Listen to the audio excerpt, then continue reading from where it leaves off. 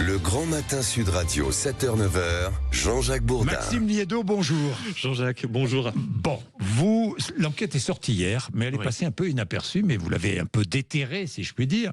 Enquête de l'OCDE, qui nous apprend sur notre savoir. Nous sommes des cancres. Mais nous parlons souvent des enfants français qui ont des déficiences en mathématiques ou en français. Mais alors là, ce sont les adultes. C'est ça, c'est le véritable héritage en fait. Oui. On dit toujours de quoi on hérite, qu'est-ce qu'on peut laisser à nos enfants. La médiocrité ambiante. Et comme en ce moment on est quand même dans une bonne période, la stabilité économique est impeccable, politiquement on est au top, et puis on a des perspectives réjouissantes quand même à tous les niveaux. Je me suis dit qu'il fallait peut-être ce matin mettre en lumière ce petit sujet, comme vous l'avez dit Jean-Jacques, avec ce chiffre. C'est 28%. 28% des adultes français affichent un niveau faible en littératie et numératie. Alors ça, c'est les termes un peu barbares. Oui. Qui veulent dire en réalité la littératie, c'est les compréhensions fondamentales en écriture et en grammaire.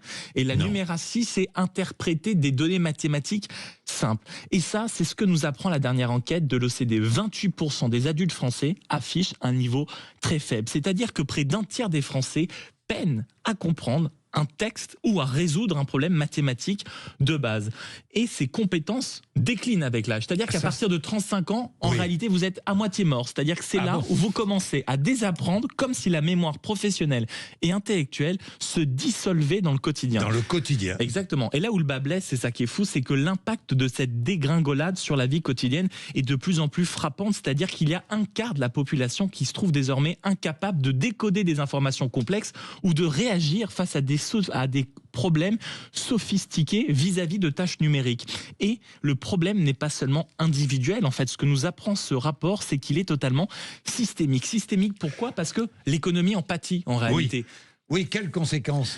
Les entreprises françaises peinent à recruter des travailleurs capables de s'adapter à la complexité des métiers modernes. En parallèle, c'est les seniors qui sont délaissés par la formation continue et qui s'éteignent totalement professionnellement. Alors là, ça peut paraître des termes barbares. Les seniors délaissés par la formation continue, vous avez raison. Mais oui, et c'est surtout que le quotidien L'Opinion, qui fait un fascinant papier sur ce sujet ce matin, nous explique via un professeur qui a étudié cette question à Londres qu'en réalité, c'est un manque à gagner dans l'économie française de près de 150 milliards. Donc c'est très concret.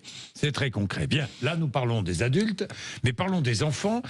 Les enfants, c'était la semaine dernière. Je reçois tout à l'heure Anne Genetet, qui est toujours ministre de l'Éducation nationale. C'est l'occasion de rappeler les résultats de l'enquête de la semaine dernière. Oui, vous avez la fameuse enquête TIMSS, c'est ça, une grande enquête internationale qui teste en réalité les compétences en mathématiques et en sciences des élèves. Alors si vous êtes au volant, arrêtez d'écouter parce que c'est quand même une bonne raison de se foutre en l'air. En CM1, les petits Français obtiennent 484 points en mathématiques. Ce chiffre ne vous parle peut-être pas, mais il suffit de savoir que cela place notre pays 42e sur 58 au classement mondial et dernier de l'Union européenne. En quatrième, le tableau est tout aussi catastrophique, c'est 479 points. On est avant-dernier de l'Union européenne, juste devant la Roumanie, Jean-Jacques. Et en réalité, la France est au bord du gouffre. Depuis 2019, les résultats stagnent à un niveau dramatiquement bas, témoignant de l'incapacité du système éducatif réellement à enrayer ce déclin. 15% des élèves de CM1 et 17% des collégiens de 4e n'atteignent même pas le niveau élémentaire. Ils n'atteignent même pas le niveau élémentaire. Et il y a pire, la disparition des élèves très performants. Seulement 3% des élèves en CM1 et 4% des élèves de 4e atteignent des niveaux très élevés. Pour vous donner une idée, quand même, ailleurs dans l'Union européenne, le niveau est de 7% pour des élèves très très performants. Et il y a des inégalités. Mais oui. Par exemple, entre filles et garçons. Exactement, c'est 23 points qui séparent les garçons et les filles, par exemple, en CM1. Et la France est également championne des inégalités de résultats. Que les filles sont plus fortes que les garçons. Beaucoup plus fortes que les garçons. Plus fortes, de plus en plus. Exactement. Et il y a également un problème, on va dire, au niveau des inégalités de résultats en fonction de l'origine sociale. Il faut donc imaginer qu'en CM1, les élèves les moins favorisés ont à peu près 2 ans de retard sur les élèves les plus favorisés. Alors pourquoi un tel fiasco ? Dans les 2 rapports que je viens de citer, on trouve des raisons. Instabilité chronique des programmes, tiens, peut-être aussi une instabilité des ministres. En 20 ans, les élèves ont subi plus de réformes que les générations précédentes en un siècle, Jean-Jacques. Les enseignants, eux, sont abandonnés, formation continue quasi inexistante, et on les laisse totalement démunis face à des classes de plus en plus complexes. Résultat, somme toute décevant, donc pour, je le rappelle, la 6e économie mondiale qui dépense la modique somme de 64 milliards par an dans l'éducation nationale. nationale.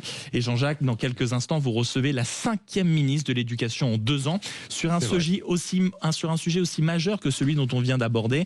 Et en réalité, elle va devoir se contenter d'essuyer les plâtres à défaut de rebâtir quelque chose. Bien, vous vouliez réagir. Oui.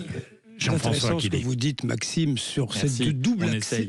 On va dire il y a deux sujets en un, si je puis dire, et ils sont connexes. Il y a sans doute effectivement un problème national. Vous allez questionner l'invité là-dessus.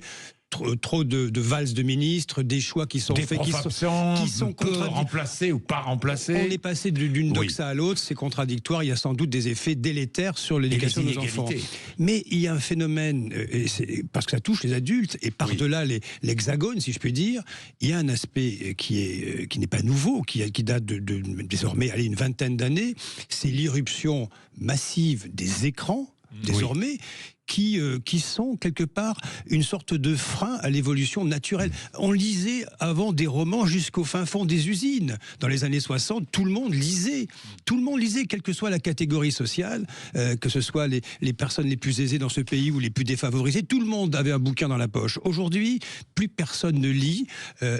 L'art, aujourd'hui, c'est la pandémie mondiale, c'est le scrolling, c'est l'index qui va d'un écran à l'autre, et il y a une forme d'appauvrissement intellectuel généralisé, que ce soit chez les parents ou chez les enfants, quelles que soient les générations. Nous sommes désarmés face à cette pandémie. Il y a des études qui sortent de plus en plus documentées là-dessus. Nous sommes en train de prendre conscience au niveau mondial que nous sommes face à une forme de technologie que nous ne maîtrisons plus. Nous sommes dépassés par la technologie, par les écrans qui ont fait éruption chez nous et qui apportent sans doute une forme de libération dans ce que nous sommes au quotidien, mais qui sont aussi désormais un frein massif à notre évolution. Ce qui est sidérant, c'est de voir les conséquences concrètes sur l'économie. Une fois de plus, le papier de l'opinion qui s'est amusé, si vous voulez, à aller interroger des patrons de TPE, de PME et même les patrons du CAC 40 expliquent que de plus en plus, dans leurs entretiens, ils se retrouvent face à des profils qui sont incapables de comprendre un problème avant de le résoudre. Il y a même un patron d'une petite PME dans le Nord qui explique qu'il a 32 salariés et que la dernière fois qu'il a recruté un stagiaire, il s'est retrouvé face à un cas où le stagiaire n'a pas su faire la tâche, non pas parce qu'il était en incapacité de la faire, mais parce qu'il y avait tout simplement un problème